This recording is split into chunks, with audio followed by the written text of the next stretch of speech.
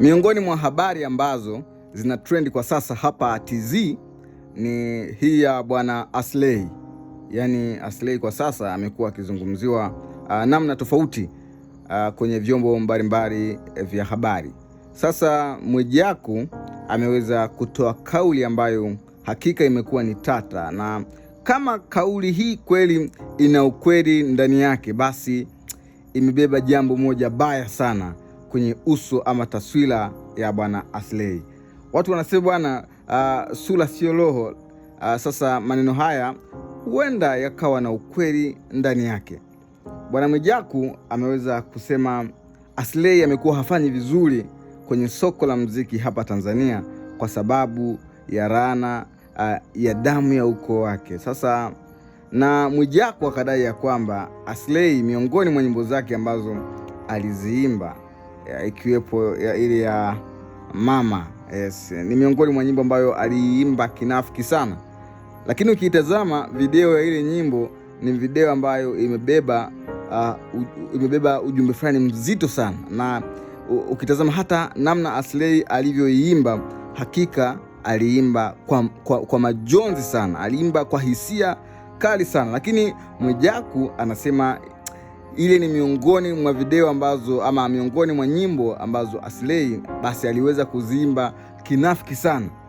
Sasa unachokifikiria wewe kichwani mwako, hata mimi pia nakifikiria vile vile. Aslay sasa hivi amekuwa hapati shows, nyimbo zake hazifanyi vizuri, amekuwa akipitia shida kubwa sana za kiuchumi. Sasa anachokilenga hapa Mwijaku kwamba Aslay amelaniwa, sasa huenda lina ukweli ndani yake, kwamba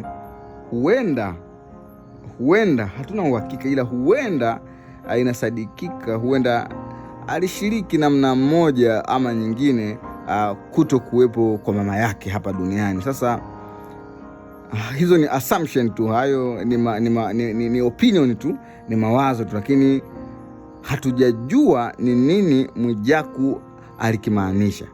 Na kama ambavyo Bilnass amekuwa akizungumza kwamba kwenye upande wa sanaa ya muziki, ushirikina ni kitu ambacho kinatawala sana. Yaani usipokuwa mshirikina kwenye muziki, usipotoa kafara, usipofanya nini, unaweza usitoboe. Sasa hili jambo linatufanya tuamini kwa namna moja ama nyingine kwamba hawa wasanii kuna namna ambavyo wanafanya, kuna mambo ya hovyo ama kuna ushirikina fulani ambao wanautumia ili kuweza kuhakikisha kazi zao zinaenda vizuri. Na nikimwona kakaangu Aslay, kiukweli kwa sasa ana suffer the consequence, hayuko vizuri, hapati shows, nyimbo zake haziiti. Sasa huenda labda aliweza kulikosea jambo fulani, ama huenda basi ukoo kama ndio Mwijaku kwamba umemlani, ama huenda damu ya mama yake inamlilia, huwezi jua vitu vya namna hiyo. Sasa tuone bwana Aslay atajibu nini na atajibu nini kutokana na tuhuma hizi ambazo amezipokea kutoka kwa Mwijaku. Usisahau kusubscribe na kushare.